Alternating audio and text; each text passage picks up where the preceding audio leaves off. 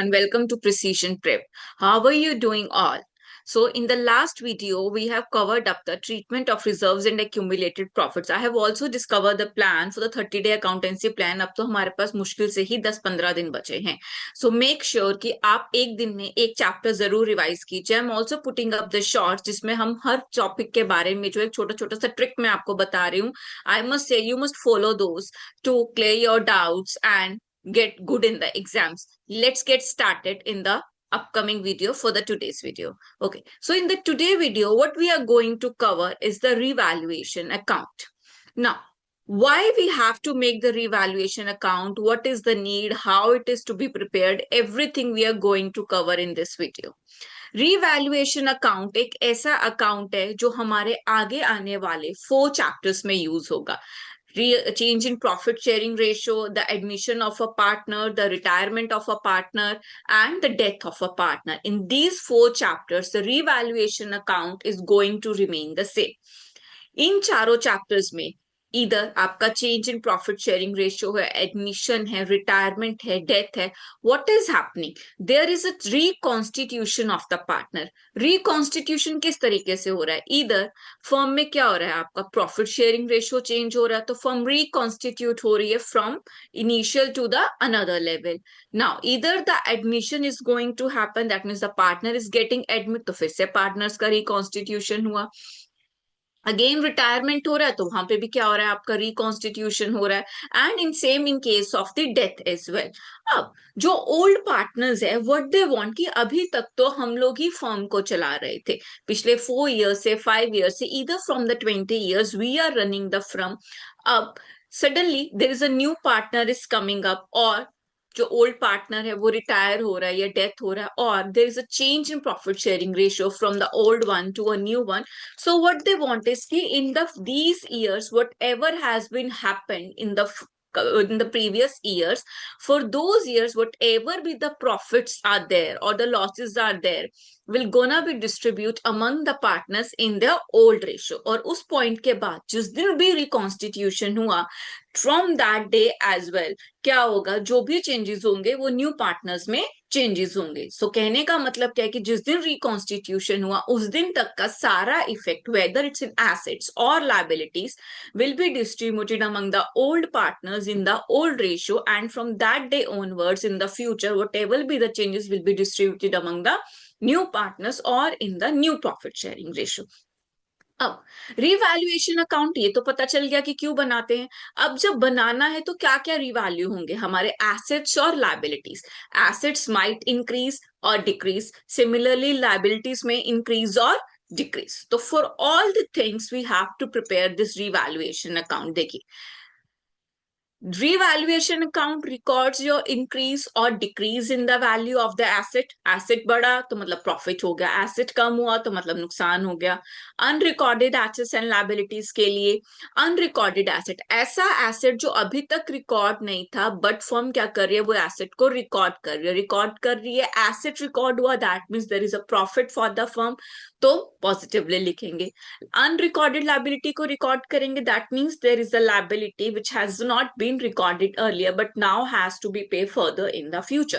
So that means it's gonna be an expense for the firm. That means it's a loss. So it's a kind of loss which has to be put up in negative. After putting all this increase and decrease in the assets and liabilities, the firm is going to find out the profit and loss, and whatever be the profit and losses in the firm, they have to be distributed among their partners in their old ratio, right? जैसे ही इनको old ratio में distribute करेंगे, that day onwards the firm will gonna discharge their profits and losses in their new ratio. Now कब बनाना है revaluation account? We already discuss at the time of admission, retirement और death और change in profit sharing ratio. These are the 4 cases which constitutes your reconstitution of partners. Dissolution के time पे हम revaluation account नहीं बनाते. One more important point, revaluation account is also known as profit and loss adjustment account. I hope this doubt is clear to everyone. The format of revaluation account. Revaluation account similarly कोई भी account है T format में बनेगा, heading डालेंगे revaluation account.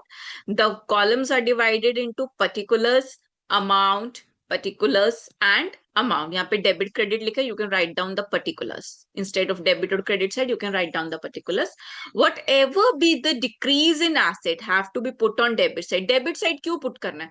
क्योंकि debit side पे हम put करते हैं वो सब चीजें that lead to what we debit. We debit all the expenses or losses. We debit all expenses and losses. और कुछ learn करने की need नहीं है, इसी से आपका revaluation account जो है वो मेंटेन हो जाएगा। Debit all profits and losses and credit all incomes and gains. बस यही रूल यहाँ पे फॉलो करना है और आपका रिवैल्यूएशन अकाउंट इज डन। कोई भी ट्रांजेक्शन आ रहा है आप वहां पे बस ये सोचो कि आपका प्रॉफिट हो रहा है या लॉस हो रहा है, on the basis of that आपका अकाउंट जो है वो प्रिपेयर हो जाएगा। Credit all incomes and gains, right. अब revaluation account में what are the things that we do not have to consider? Increase in the cash or decrease in cash आपको consider नहीं करना। Partners capital account revaluation account में consider नहीं करेंगे। Reserves and surplus, reserves और आपने जो accumulated profits and losses जो हमने लास्ट वीडियो में कवर किया है वो आप यहाँ पे कंसिडर नहीं करोगे in the preparation of revaluation account. Reserves and losses we are not gonna consider in this revaluation account. Apart from that, all the fixed assets and हमारे जो outsiders liabilities means non current liabilities and current liabilities, ये सब आप revaluation account में cover up करोगे। इन्हीं में increase और डिक्रीज कंसीडर करना है और कोई भी चीज का इंक्रीज और डिक्रीज हमें रिवैल्यूएशन अकाउंट में कंसीडर नहीं करना। देखिए for example the first one he said decrease in asset. अभी एसेट क्या है? The property of the firm like building, machinery, vehicles, anything, ये सब क्या है? बिल्डिंग फर्म का एसेट है। अब एसेट में डिक्रीज हो गया। Initially the building was valued at 4 lakh but now it is valued at 2,50,000। That means building कितना कम हो गया? 1,50,000। रीवैल्यूड फिगर है उसका 2,50,000 और प्रीवियसली अपीयर हो रहा था 4 लाख, यानी फर्म में क्या हुआ? नुकसान हो गया। So debit all the losses. और अमाउंट कौन सा जाएगा? Revaluation account is always be debited with the difference between the new figure and the old figure, not the reduced figure, the difference between. Similarly, if the asset is increased, that means asset increase हो रहा है तो firm में फायदा हो रहा है, तो that means डेबिट हो, क्रेडिट हो जाएगा, इंक्रीज इन एसेट। और एसेट साइड जब आप बैलेंस शीट बनाएंगे तो वहां क्या होगा? एसेट में अमाउंट प्लस होगा न्यू फिगर पे। न्यू बैलेंस शीट में assets will always gonna appear at a new figure, same applies for the liability. Increase in liability debit होगा। क्रेडिटर्स को पहले 15,000 पे करना था बट ही सेज कि अब उसे कितना पे करना पड़ेगा? 20,000। तो 5,000 और ज्यादा पे करना पड़ेगा। इट्स बिकॉज एक्सपेंसेस बढ़ गए, एक्सपेंसेस बढ़ गए तो debit. Reverse decrease in liabilities क्या हो जाएगा? आपका क्रेडिट हो जाएगा। अनरिकॉर्डेड लाइबिलिटी, कोई ऐसी लाइबिलिटी थी जो पहले पे नहीं करनी थी लेकिन अब सडनली अराइज हो गई है तो क्या करना पड़ेगा? पे करना पड़ेगा। सो यहाँ पे हम लिखेंगे unrecorded liability, it becomes an expense for the firm. And unrecorded asset, पहले ऐसे एसेट्स थे जिनको पे नहीं, जो रिकॉर्डेड नहीं थे, जिनसे इनकम नहीं आनी थी लेकिन अभी उनसे इनकम आएगी तो क्या हो गया? इनकम हो गया ना। balance all the amount if the credit balancing figure is on the debit side, that means profits that has to be transferred to partners capital account among the partners in their old ratio, that means let's say partner A and partner B, and loss transfer to the partners capital account if the balancing figure is on the credit side, right?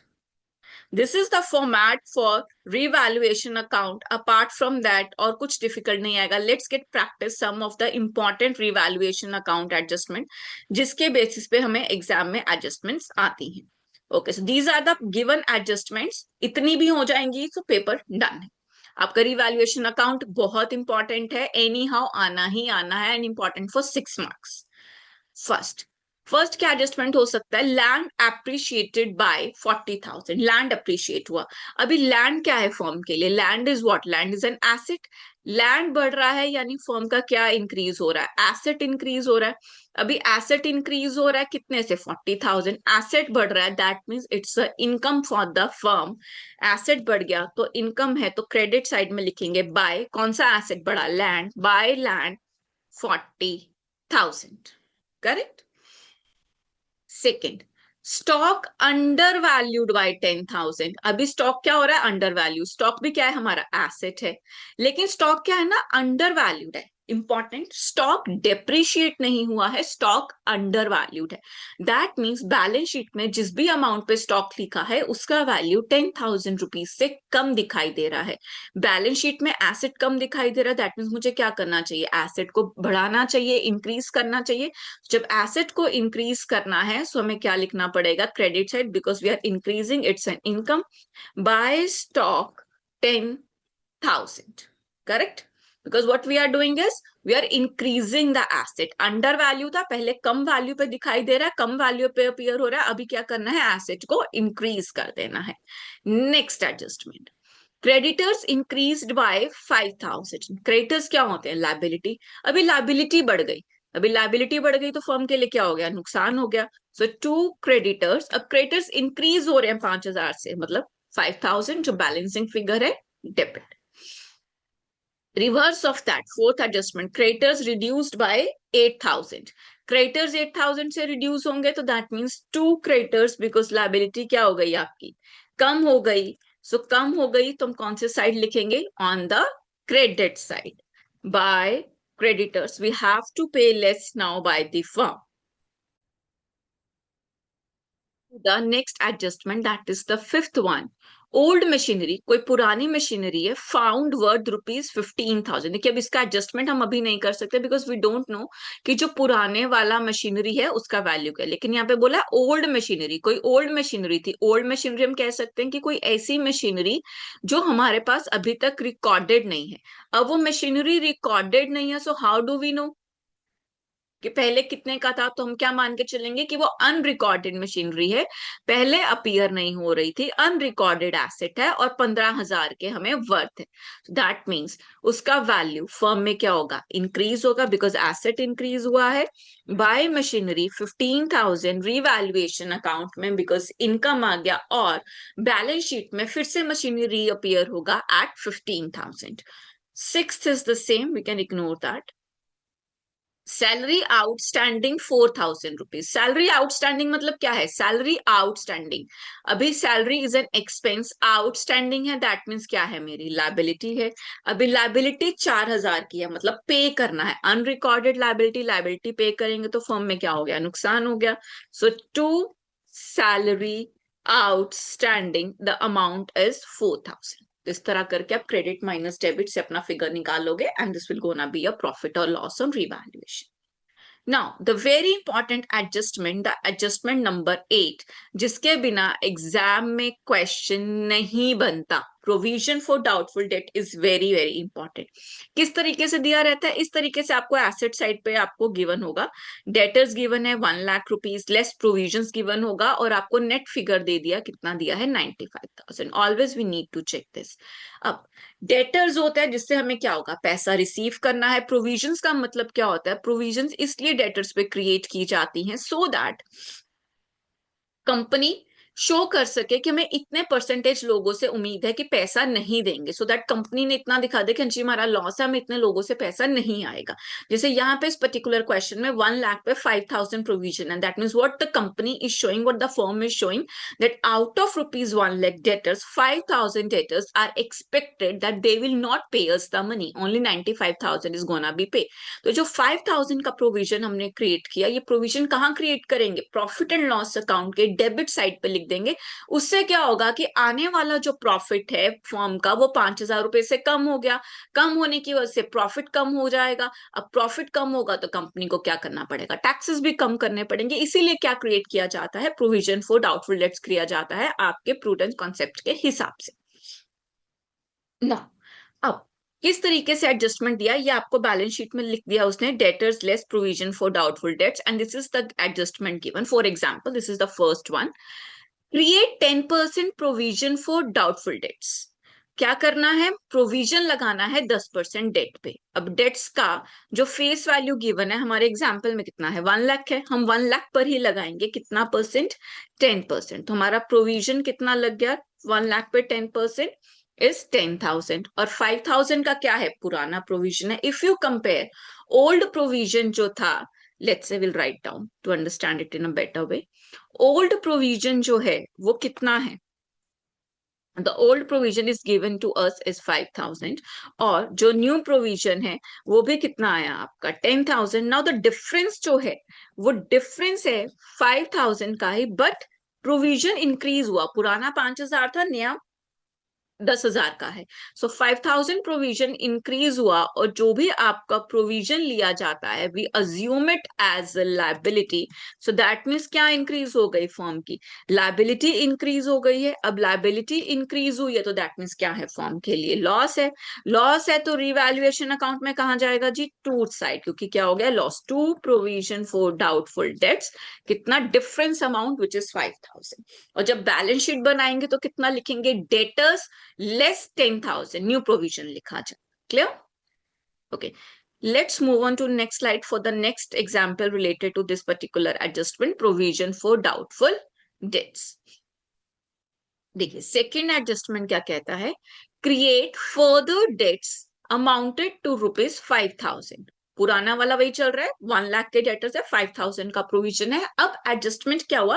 वो कह रहा है 5,000 और further क्या लगाओ? आप bad debts लगाओ, और उसके बाद 10% प्रोविजन फॉर डाउटफुल डेट्स लगाओ. अब create further bad debts amounted to 5,000 क्या है? उसका कहने का मतलब है कि 5,000 तो ऐसे डेटर्स है जिनसे मुझे उम्मीद ही नहीं है कि वो क्या देंगे, आपको पैसा देंगे. आप क्या करेंगे? Further bad dates, 100% bad debts लगा दो. बैड डेट्स हो गया नहीं, फर्म को पैसा नहीं आएगा, ये तो क्लियर कट. क्या हुआ? लॉस हुआ. तो लॉस मैंने लिख दिया 5,000 rupees.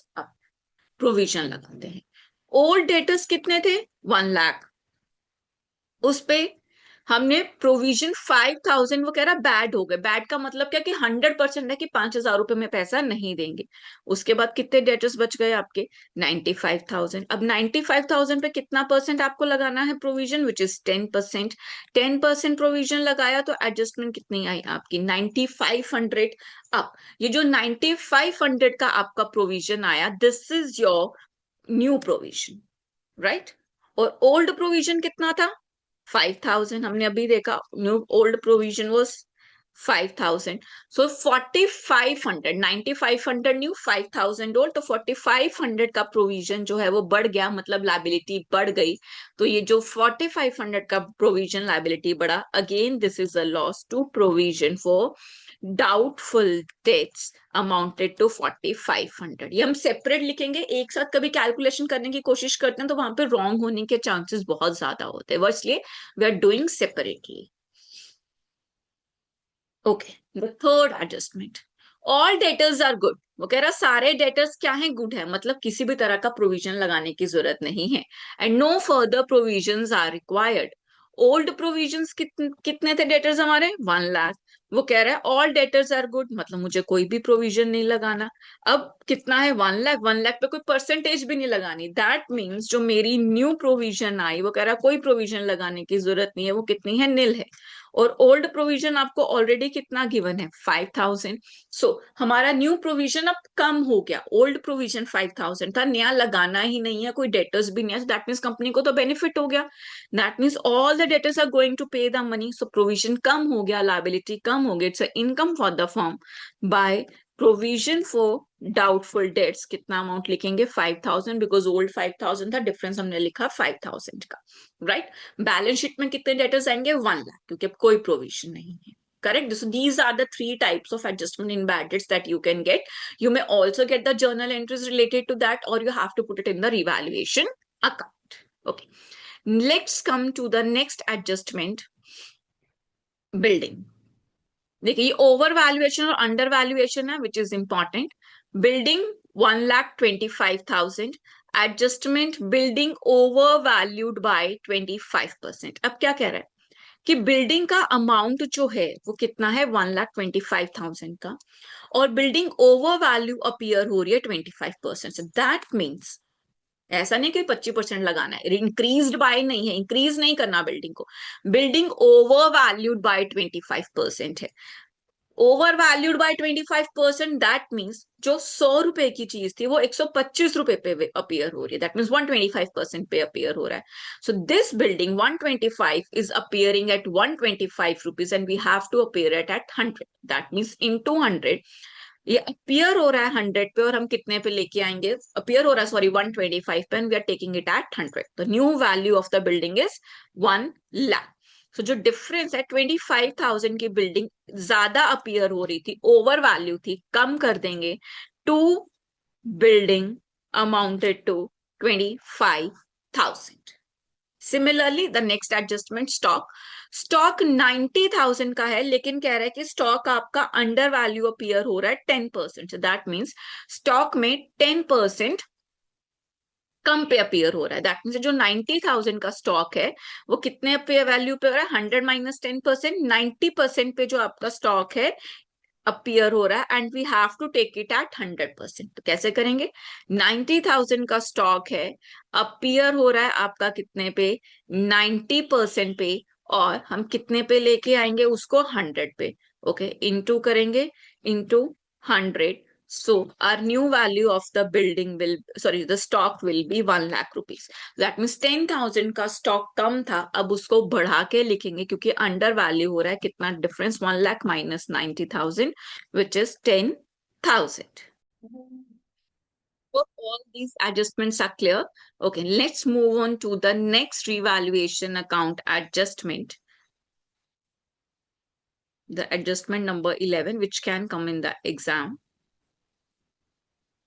Okay, so this adjustment says insurance prepaid ₹2,000। अब इंश्योरेंस प्रीपेड है, कोई भी चीज प्रीपेड है, अगर एक्सपेंसेस प्रीपेड होते हैं तो वो क्या होते हैं, आपका एसेट। अब इंश्योरेंस प्रीपेड है, यानी एक इंश्योरेंस निकल के आई जो प्रीपेड है, दैट मीन्स आपका क्या है, एसेट है 2,000 रुपीज का। That means it's what, it's an income for the firm, asset है, बढ़ गया। तो by insurance prepaid amounted to 2,000, right. Let's do the next adjustment. Outstanding rent, rent pay करना है, कोई भी खर्चा अगर पे करना होता है तो वो क्या होता है, फर्म का एक्सपेंस, लाइबिलिटी। तो लाइबिलिटी नॉट रिकॉर्डेड, यानी पहले रिकॉर्डेड नहीं थे, अब क्या करेंगे, रिकॉर्ड करेंगे, तो लाइबिलिटी बढ़ गई। टू आउटस्टैंडिंग या to accrued rent which is amounted to 6,000, right? Let's revise this revaluation account quickly. Increase in asset, अगर एसेट इंक्रीज हुआ है, credit the revaluation account. Asset decrease हुआ है तो debit the revaluation account. Liabilities increase है तो debit revaluation, liabilities decrease है तो credit revaluation account. And all this have to be shared, the जो भी प्रॉफिट एंड लॉस आएगा the company has to share the among the partners in their old ratio. For example the old ratio is 5:3:2, the new is equally, so it has to be distributed among the partners in 5:3:2. I hope you must have liked this revaluation account video. If you like this video, please like, subscribe, and share this video. I will be upcoming with coming with the next questions on this chapter, the important questions which are going into the CBSE examination 2026. For that video, please stay tuned the channel. Thank you so much.